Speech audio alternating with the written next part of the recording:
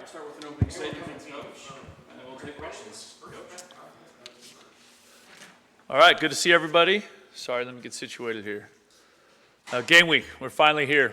It's been an awesome training camp. It's been just a really busy and, in my opinion, an exciting off season. I think finally getting to this moment where we actually have 1 week to prepare, less than that. We have a clear opponent. It's not just us, beating the crap out of each other out on Tomey Field. I think it's going to be exciting. And class started today, so it's an exciting time here. This game Saturday night is our first opportunity to own the night, which we've been talking about all off season. And that starts when we get to the start of the Wildcat Walk. So for all of our students and fans and everybody, let's show up there at 5 o'clock and let's make that thing rocking. Let's make that an incredible atmosphere, because it's a great opportunity for our guys to engage with the fans. It's a great opportunity for our fans to be close to the players. And to be honest with you, I think it gets them fired up for the game, and it's a really cool thing. And then immediately following that, we also have our new, tailgate on Bear Down Field here with the new concert series, which I think is going to be an awesome thing in the tailgate space. I think our administration is being aggressive and finding new ways to make the game day experience more valuable to the fan, and I think that's really, really important here in Tucson. And then the Ring of Honor, right? We're honoring Randy Robbins, who's a great guy, a great Wildcat. It's cool because when I was a graduate assistant, Randy was the running back coach here. So I got to know him at this totally different time in our lives. So I'm excited to see him. I've been able to connect with him a couple times since I've been back. And then also T-Mac, which is really, really special to be welcoming back here to be inducted in the Ring of Honor. So it's going to be an incredible night. We really have a tremendous amount of respect for Hawaii football, the state of Hawaii. Timmy Chang, I've known him forever. I've known him since he was a junior in high school. I was a graduate assistant at the University of Hawaii. And he was such a good player. And I followed his coaching career. We are friends. We stay close. We talk about stuff from time to time. And I was really, really impressed with their win last weekend over Stanford. So we know we've got a good football team coming in here. We know it's going to be a great challenge for us, and we're excited to play. Thank you, Coach. We'll start questions with Justin and then David. And speaking of Hawaii, they played week 0 against Stanford. I'm sure you guys watched it. What impressed you about them? Well, there's a lot of things. I think the biggest thing for me was how they responded, right? Because I don't know if you guys all saw the game, but the start of that game was not great for them, and I thought they responded incredibly and then found a way to win it. And in my opinion, and this has been something that I'm talking about here at Arizona Stadium, that home crowd for Hawaii, that thing made a difference there, right? I played in that stadium lots of times, and I played in it full and I played in it empty. And when that stadium's full, that made a difference for Stanford and for Hawaii late in that game. And that's exactly what we need our fans here at the U of A to do for us, is to make this the hardest home field advantage in the Big 12. So I really noticed that as the game went on. And then Mike Alejado, he dealt with a leg injury. What's your scouting report on him, and what threats does he pose? He's tough. I give him all kinds of credit because he took some shots, but the kid kept getting up, kept coming back, kept playing. He made plays when he had to, made throws when he had to. He looks like an accurate passer who also has some good ability to use his legs. And so he's a big challenge. Obviously, he's an incredibly experienced passer, was a high-profile, prolific passer in high school. And so he looks like he's kind of carrying that on at Hawaii. David and then Michael. Brent, you mentioned obviously the first week of school. What challenges are there in the first week of school also being first game week? It's funny. I think everybody gets hit with this. Some schools, quarter schools, it doesn't happen until the end of September, but it always shakes up everything. The good news is that most people are kind of going through it around the same time if you're a semester school. The biggest difference is just that, how committed we are to our academic process, right? That's the reason these young men are here, is to graduate and go to school and get an education and give themselves a chance to build a life beyond the game of football. And so with that comes academic responsibility, and that's the difference that they haven't had the last month while it's been all focused 100% on football. Now that has to get divided a little bit, and for our young men, it's really important that they have a good plan and that we help them structure their day so that they can accomplish all the things in the daily schedule they need to. And obviously we saw you guys work a lot of different combinations on the offensive line throughout camp. Michael Wooten was working tackle as well as guard. Why is he maybe the right option right now at that guard position while you still wait for Rhino to get that up to let it come back? Well, I think one of the benefits, and we've talked about it before, is that when you do have people go through some sort of injury or some sort of unavailability, it gives a chance for someone else to play. And it gives a chance for someone else to show you what they can do. And I think we found that Michael does a really nice job inside there. And I mean, we're excited about what he's going to be as a guard. Michael and then Brian. We have our first depth chart of the season, and Michael Salgado Medina is listed atop the chart at kicker and punter. Yep. Is that the plan going into the season, and what was the basis for That was not the plan going into the season, but that's how it played out in training camp, right? So everything that we do is decided on the field, and that's how it played out in training camp. You know what I mean? So credit to Michael. Now, he better kick some ass on Saturday night, or someone else is going to get a chance, because that's the way this game goes. You know what I mean? But credit him. He did a really nice job in camp. And so did the other guys, right? Like Isaac did a nice job punting the ball, and he's coming along. And then also Tyler did a nice job with his place kicking. So I think the good news is that we do have competition there, which is going to keep the pressure on those guys to continue to achieve and continue to compete.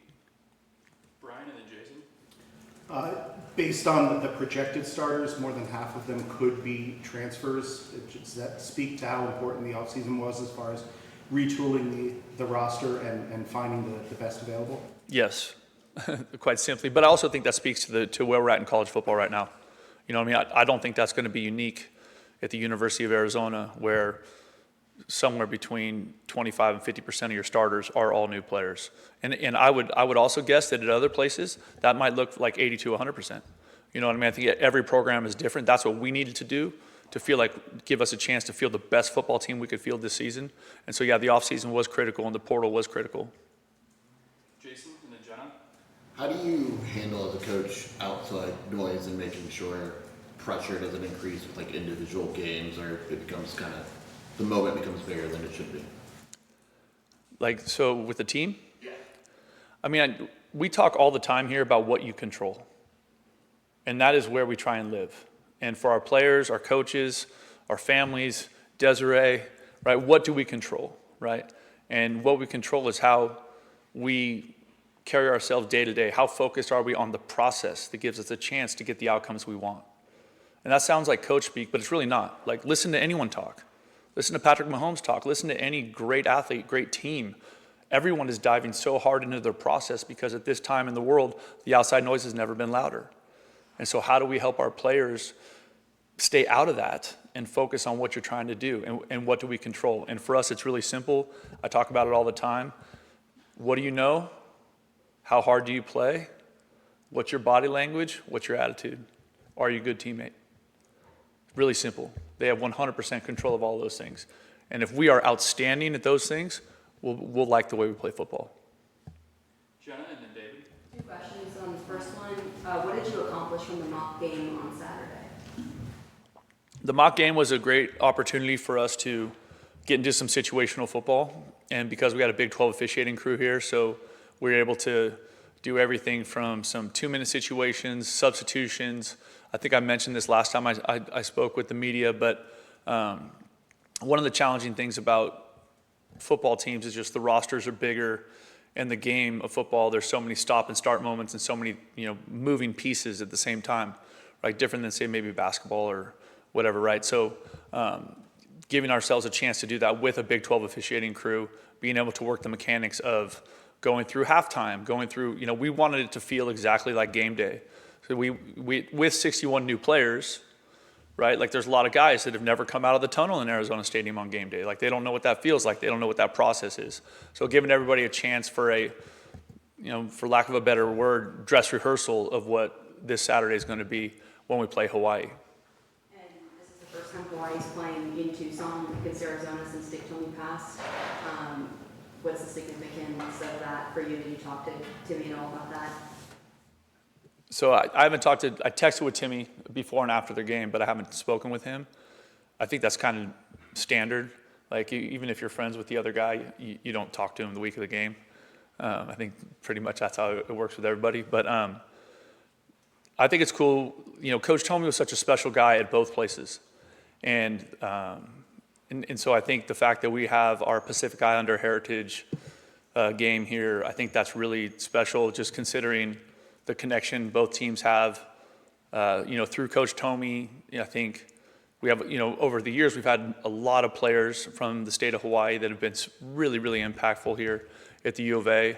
I love, I have an incredible amount of respect for Timmy and the program he's building, and I've been watching that because we played them every year when we were at San Jose. So I've been watching his process, and so I love the fact that we're getting this opportunity to bring them over here. It's going to be an awesome night here in Arizona Stadium with all the performances we're going to have and the fanfare surrounding the game. So I think Coach Tomey's connection to it, Arizona's connection to the state of Hawaii, so many of these players have crossover with guys on that team. I think it's going to make it special. David and then Justin. Brent, also with your offensive line, Chuba was a guy that switched from defense to the offensive side of it. What did you like about his camp and what allowed him maybe to put himself in a position to potentially start? We saw him work a lot with the ones in camp. Yeah, absolutely. Chuba is one of those great people on your football team. He's a guy that's really unselfish. He's a great teammate. He's tough. Obviously, he's a big man, right? So we like that in our offensive line. But it was also a position change that he asked for. And so he was his whole high school career, he was an offensive lineman. And then when he got to UC Davis, they changed him to defensive line. And so coming out of last year, when he was coming off his injury, he did some work with the scout team for the defense playing O-line. And he looked pretty good doing it. And so then that conversation started, and obviously now he's with Big Josh in the offensive line. So I think he's a really smart football player. I think he brings a nice amount of physicality to his work. And so we're excited to see what he'll do there.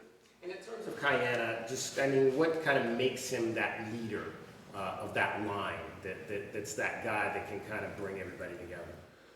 Leadership on football teams is really interesting, but I'll tell you this, it normally falls into a couple of categories that are pretty simple to see.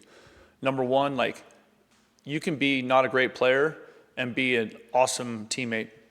Always there, always on time, always doing the right thing, always about protecting the program, doing everything for the greater good. You can earn respect and earn leadership that way.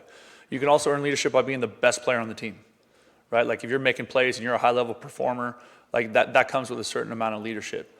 And I think for KD, the thing that makes him special is that he is tough and he knows what to do, and he's not afraid to say something when we're in the middle of practice and it's not going well for the offense or whatever. He's not afraid to be vocal and to bring those guys together and kind of rally them and say, hey, let's get back on track here.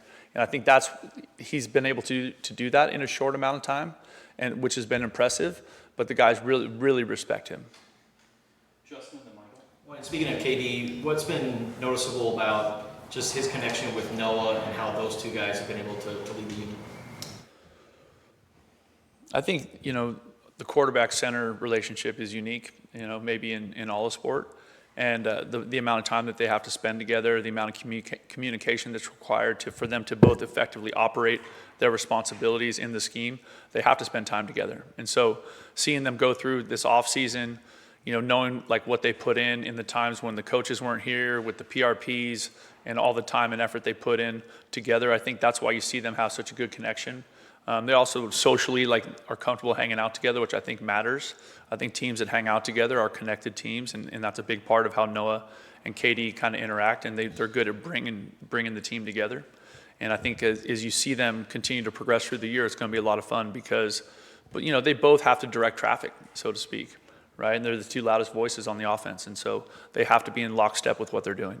And from your time working with Coach Tomey and then your time here, what's special about the Polynesian influence and what it has on the program? Wow, that's a big question. My time with Coach Tomey and just, as a coach, having been fortunate enough to have the experience to be around a lot of Polynesian players, I think there's a couple things, there's a natural physicality that comes with those young people that is important for football. There's a natural physicality there. But the biggest thing they bring is they bring this incredible sense of honor and ohana, honor and family. And that part of it is felt the moment you're around any of those families. All of you have had a lot of interaction with the Polynesian families on our team. And I'm certain that they all made you feel like you're part of them. And so bringing that into your team, I think gives you a good chance to increase the physicality of your team, but it also does a great job of connecting your team on a more spiritual level, on a more personal level, which I think is really important for teams to be connected like that. The last two will be Michael and Jason. 2 questions. Because Man, I know you y'all, I know yeah, you like that 10 questions so each much. today. So when you were here with Coach Tomey, was part of training camp somewhere other than on campus? Yes. Would Camp you Coach think- Cheese. Did you like that, and would you consider doing something like that again if you could? I really liked it, and I thought it was good. We even had 2 of the other places I was at, we went away, and it was positive. I think the thing that makes it hard is I think the grounds crew here combined with the people at BDK and our medical staff in the facility, I think it's hard to walk away from that, right? The grounds crew, we practice on the best surface anyone sees in college football every day. You know what I mean? They do an incredible job having that ready for us. And so if we go down, then we went down to Camp Cochise, right? And so what level are those facilities at? I don't know. I haven't been there since 2000, right? So I have no idea what they're like. You know, what are those sleeping situations like for our players, right? I think we talk so much about recovery in our space and nutrition in our space. Are we able to feed them and provide them the nutrition they need on the level we can here, right? And then do they sleep and get the rest and recovery that they get here with our strength staff in our weight room, with our training room, with our trainers and our doctors here, and then also sleeping in their own bed. And so that's and I don't know that I have a slam dunk answer to that. I just know that I lean towards nutrition, recovery, medical, and then the surfaces they're playing on. I don't know when they redid the turf field at Camp Cochise, but I know ours is in good shape. Right, and then watching the games over the weekend, there were a couple of occasions where teams were penalized because their players, the ball was spotted and the player got injured and couldn't make it off the field. That's a new rule this year. How have you instructed your players or coached that situation for when it inevitably comes up in the game? Well, I think it's a go down situation if you're hurt. If you're really injured, get on the ground. You know what I mean? If you can make it off the field, then man up and make it off the field. Either way, we're fine with it. But you can't do the in between. Oh, I'm hurt, but I'm gonna make it off the field, and now I get to the numbers and I fall. You know what I mean? So then you have a situation where you either have a substitution penalty, or you're taking time out, or some of the stuff you don't want to be in the situation for. That was a little bit of our conversation with the officials on Saturday night in the mock game. Final question to Jason. You've obviously played Hawaii quite a bit. Is there one memory that sticks out of the game you had against them? Oh my gosh, that's it's crazy. We've played so many times over there or against them. I think 2 or 3 times when we were at Washington, or when I was at Arizona, at Oregon State, every year when we were at San Jose. That's a really good question. They were always the San Jose and the Hawaii games were always memorable to me, just because they were always kind of epic battles, and all the kids knew each other on the team, and the coaching staffs were close, and so the games were always pretty intense. I can tell you my worst moment. Is that better? That's probably more fun. Okay. So I see Ben laughing in the background. So we're in the middle of trying to rebuild San Jose, and it's and we're in it. We're really climbing out of a hole. This is my lowest moment at San Jose. And we are playing Hawaii, and they're good. They're good. I think they won 11 games that year. And so they're at our place, and we go to 5 overtimes. But in the 3rd overtime, our place kicker, who is a fantastic player, misses a game-winning field goal from the 3. It's a PAT. And everyone thinks he hit it. Our fans rush the field. It was a disaster. We had to get everybody off the field. And literally after, by myself in the locker room, crying. Because I was we were there, and it came down to that one thing. And then 2 overtimes later, they beat us. I was wiped out. It was the lowest moment ever for me coaching ball, with that moment. After that, we got going. And then those games went better, you know. But I love the way the kids from the University of Hawaii play. I respect it. I think they're tough, and it was fun to see them play well on Saturday. Great, thank you, everybody. Bear down. For this. Thank you, our media